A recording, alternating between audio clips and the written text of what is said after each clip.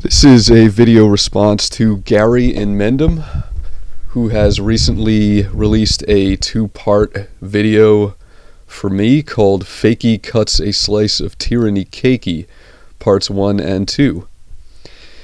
I did watch Part 1 in its entirety. It was half an hour long. I watched a significant portion of Part 2, which was a full hour long. But by the time I stopped watching it, it was because I kind of had a pretty good idea of where the rest of the video was going and what you were going to say, Gary. Because I know your mind pretty well.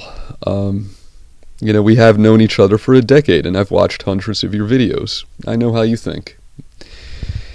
You've actually been very consistent in your beliefs on here. Gary, you spoke at some length about my religious conversion and my Christianity, and you seem very upset about that. And I could speculate as to the reasons why, but I won't. In fact, I'm not going to discuss my faith with you at all in this video.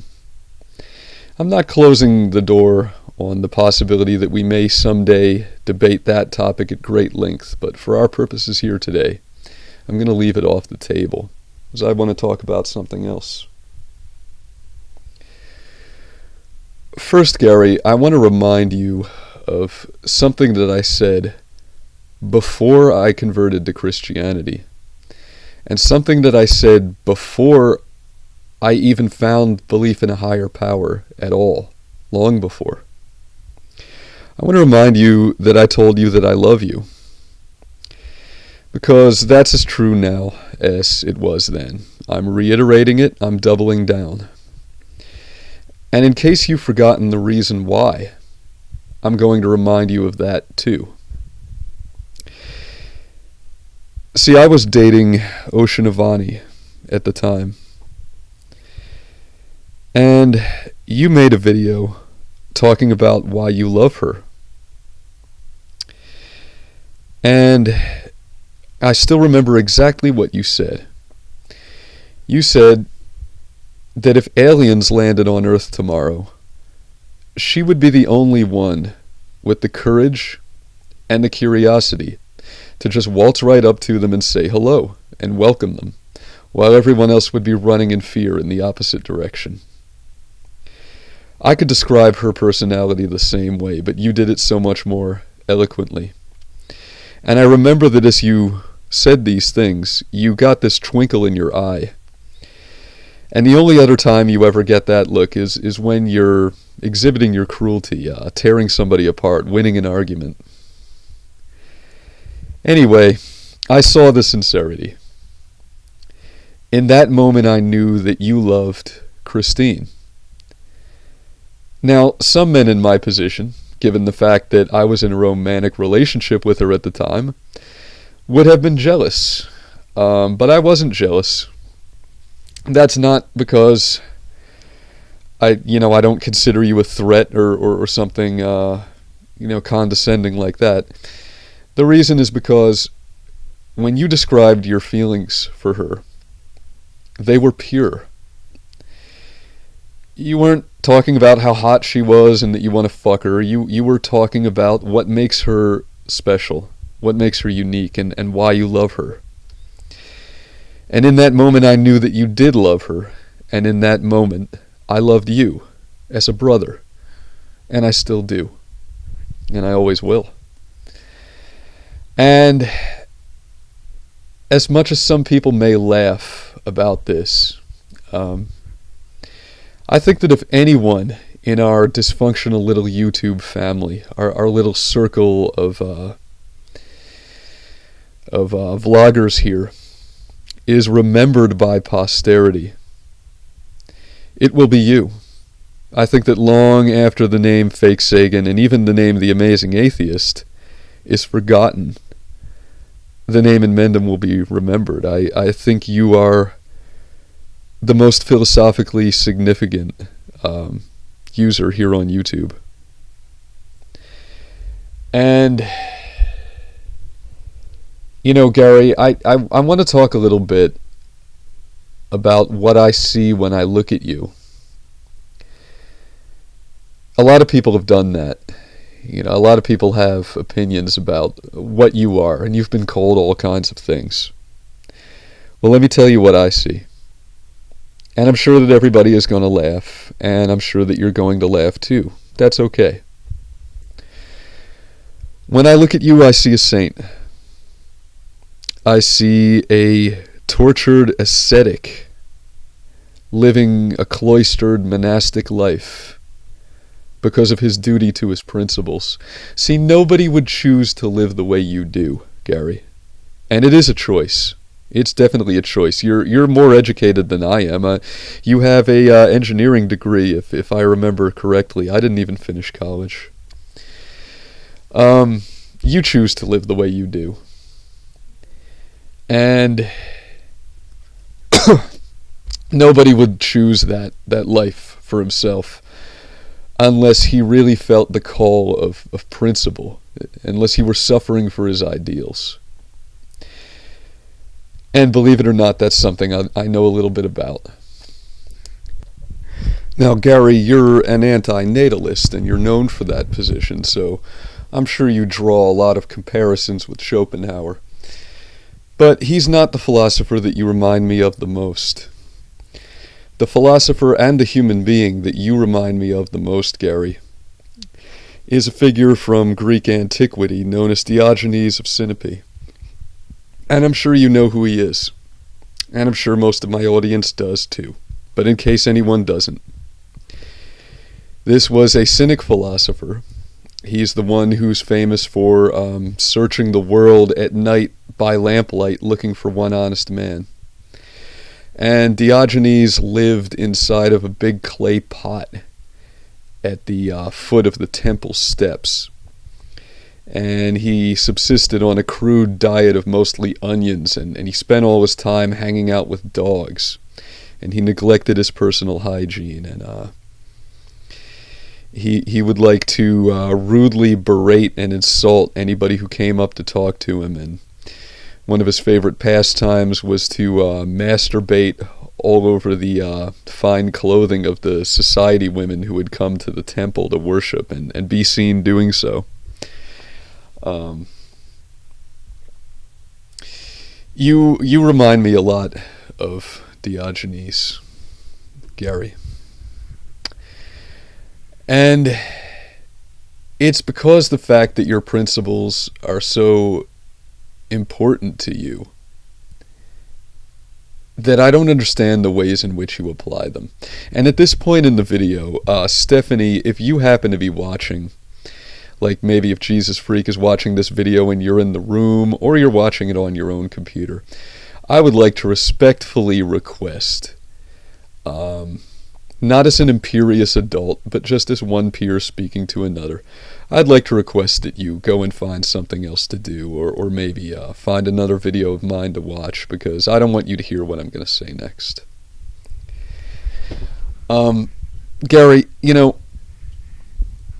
when I made my videos berating feminism, I knew that it was going to push your buttons. I knew it was going to provoke you in particular. And to a lesser degree, the other people on YouTube who call themselves feminists. But you are the guy who can't let anything slide. So I had a feeling you would make a video, and you made quite a few videos. And you called me a sexist, and you called me a misogynist, and you compared me to a slave owner of the Old South and said that my sexism was like white supremacy, racial bigotry. But I want you to take notice of something, Gary. And I want you to take notice that in my video about feminism, I wasn't dismissing women as like, oh, stupid girls, what do they know? Ah, stupid women, they're too dumb to vote. No, I didn't say that. I said that it was unfair that because men had to bleed and die on the battlefields in order to win the right to vote for ourselves, that women were simply handed that right without any responsibility for military conscription to go along with it, or any added civic duties whatsoever. They're just given a privilege. Now, children are the ones who are given things like that, gifts without any responsibility that comes along with them. And I think that feminism in many ways prescribes to treat women like children. It robs them of their agency by giving them an excuse to be perennial victims, right? Because the patriarchy is oppressing them. Now, you can call me a misogynist, and you did. Remembering, of course, that the word misogynist means woman hater. Now, maybe I hate women and maybe I don't. That's neither here nor there. But I do see them as equals.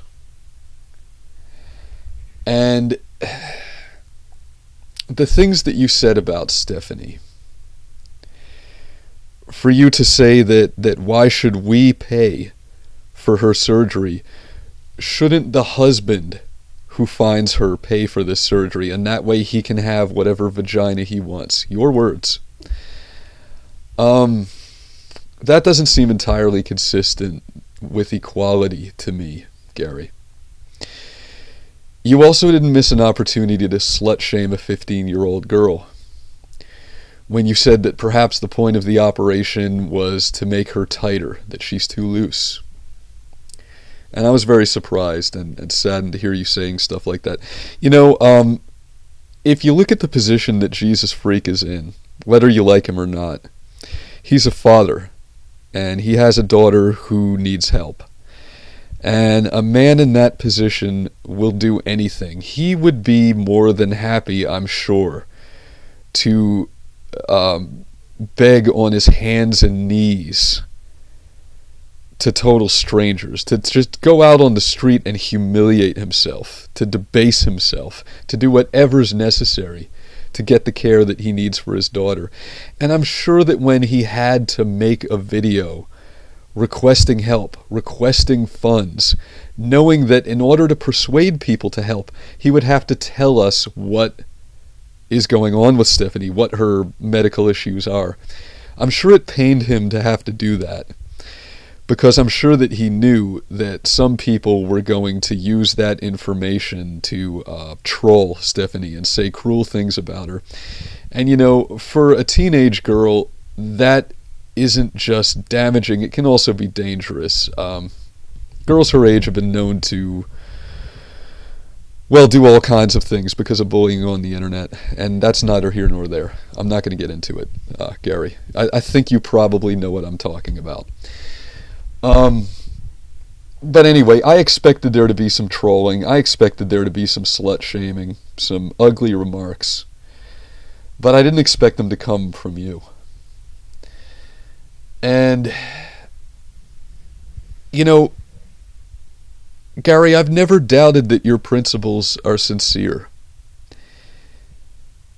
And I'm not making an argument that faith without works is dead, or that principles only mean as much as their ability to inform our actions in life and motivate us to act in furtherance of those ideals. I'm sure that your principles are sincere, and I'm sure that you do act upon them in your own ways. But I am confused as to what feminism must mean to you. And I'm wondering if maybe you could explain that to me. What equality and feminism mean to you? Now, you said that, well, why does Stephanie need an operation like this? Because shouldn't she be saving herself for marriage anyway? Are you honestly confusing Stephanie with Jesus Freak like they're the same person? Yeah, he's her father. That doesn't mean that she's going to grow up to believe the same things that he does. She probably will grow up with Christianity as a foundation of faith throughout her life, but she'll apply that in her own way, and she'll form her own opinions and decide what that faith means for her. And it will probably be very different from what Jesus Freak's faith means to him. And if you really see women as being equals, then I don't know why you would assume that a girl is basically a clone of her dad. And because he makes arguments about abstinence and saving oneself for marriage, that therefore You know, there's no purpose for her to have this surgery, right? Well, Gary, I'm not making this argument to shame you or to try to expose you as a hypocrite or anything like that. I actually consider that I'm privileged to have known you and that you've been part of my life. And truly, were I not the fluffy kittenist, I would wish to be in Mendham. But I want to do something else, Gary. What I want to do is I'm going to put a picture of Stephanie up on the screen here. And I would like to extend an offer to you. And what I would like you to do, Gary, is to look at this picture of Stephanie. And I'd like to invite you to love her as you've loved Oceanavani, Christine. Now, I don't know what you see when you look at her. Clearly she's a beautiful young woman. But is there more? Look at her face. Look at the slight smile at the corners of her mouth. The slightly sad look in her eyes, even though she's smiling.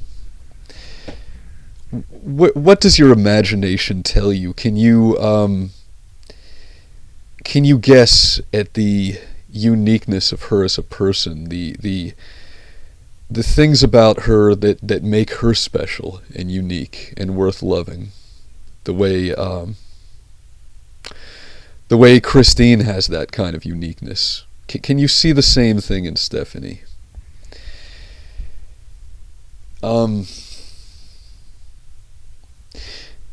And if you can, then I'd like you to imagine this scenario.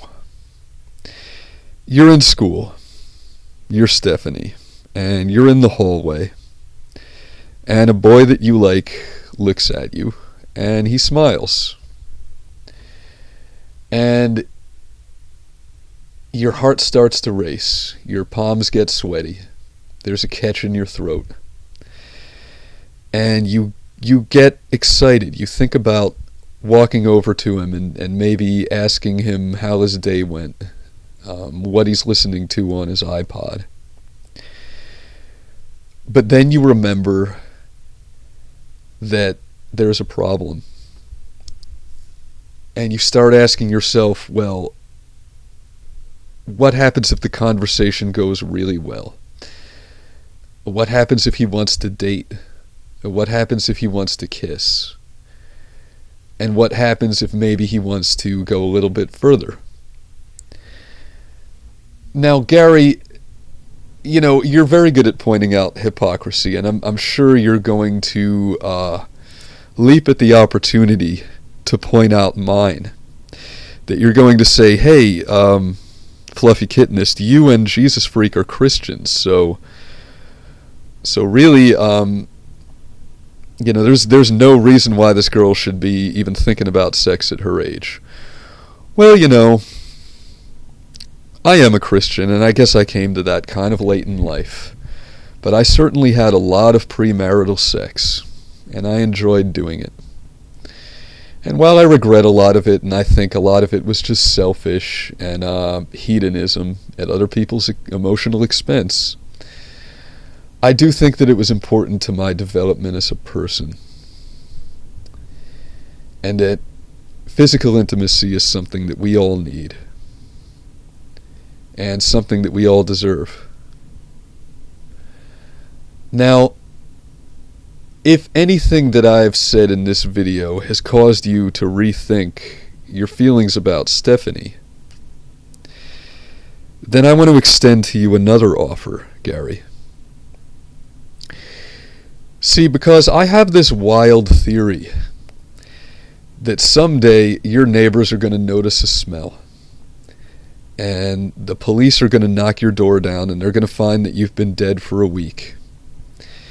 And then the world is going to find out that you were actually worth millions of dollars. Call it a crazy theory, but hey, Gary, I gave $900.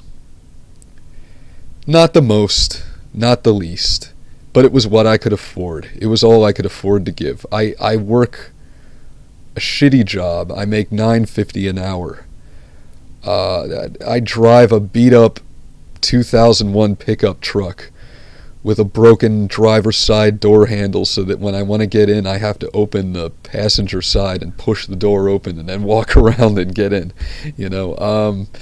I wear clothes from Goodwill, and then I repair them when they wear out. I eat macaroni and cheese. But I gave what I could, I have the feeling that you can afford to give more. Like I said, you're a college-educated man, and unlike me, you're a homeowner. I rent. And that tells me that you have to have some resources at your disposal. And, Gary, I think that if you were to mobilize those resources to give Stephanie a better life, what you would find is that the feeling of fulfillment you get from doing that is much more real and much more satisfying than the fulfillment you get from an intellectual victory over an opponent here on YouTube. And I think you may find that feeling will follow you throughout your daily life. And it may help you to find some of the happiness that I truly believe you deserve and that I want for you. So, Gary, I'd like you to